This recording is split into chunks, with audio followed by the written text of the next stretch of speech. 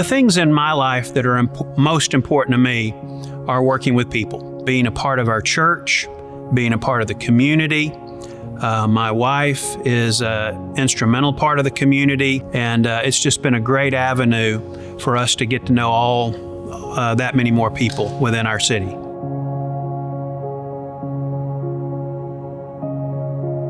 On the day of October 15th, my doctor made a house call, came to our home, and he didn't like at all what he heard. And he said, "You're going in tonight." I assumed I was going to be diagnosed, breeze through it, be asymptomatic, and let's get this over with. And my story went the complete other direction.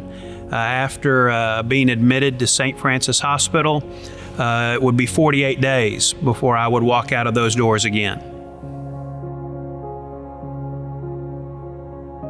You're isolated, of course. You are seeing people, your nurses, your techs, your doctors, but they're all garbed up in their protective outfits, and so your ability to really interact with them is limited. Your nights and your days get mixed up.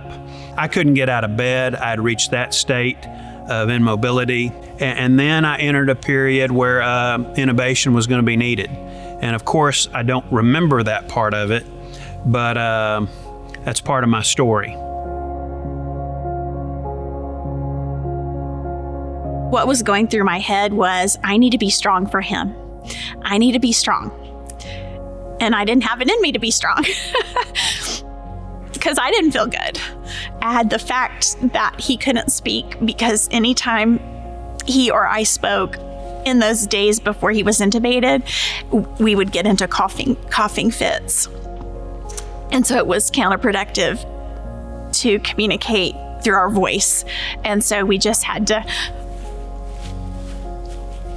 tell each other we love each other like this. To be in that COVID unit, to, when someone down the hall is in a dire situation, has flatlined, and that call goes out over the intercom, code blue, and you look out your window and your door and you see people rushing to a room down the hall. Well, any story or narrative you had told yourself of trying to build yourself up of, this is going to be okay, it's not as bad as I think, those moments of knowing the guy next to you is on that thin line of living and dying, those are sobering moments.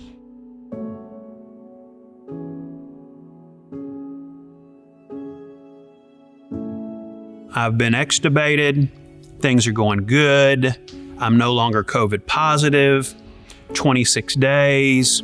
All right, let's take him to a step-down ICU. We need these COVID rooms. And I get to the step-down ICU. I'm able to see my wife again.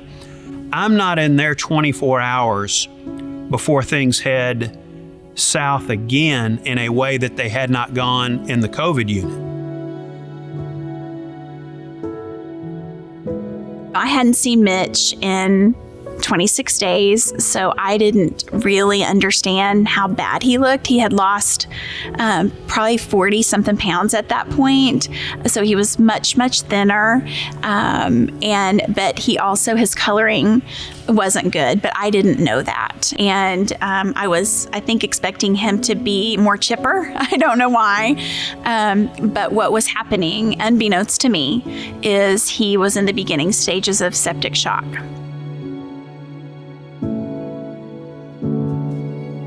I received 22 units. I mean, almost just a full replacement, plasma, blood, and everything to keep me alive. And so in both instances, people donating is why I'm here today. I'm obviously not just addressing one person, but a group, a large group of people who came together unknowingly to save one life. And so each one of you has played a massive part in me being here today. I mean, if that blood wasn't there, if your blood was not there, then my husband wouldn't be here. So thank you so much for being uncomfortable. Thank you so much for making time to give blood. Thank you, understanding that words completely fail in me sharing my gratitude with you. But if you could, please hear my heart. Thank you for what you did to save my life.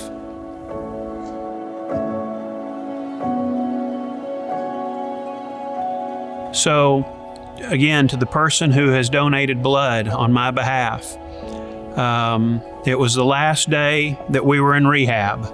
So 40 days in ICUs, 8 days learning to walk again.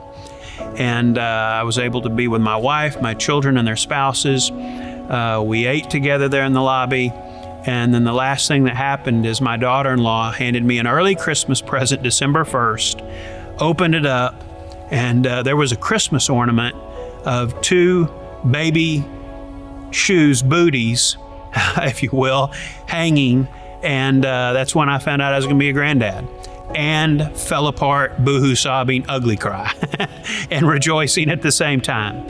And it was because of that blood donation that we were able to experience that gift, go home the next day, hang that ornament on the tree, and ever since then, pray for that child to be, and are looking forward to their birth into this world.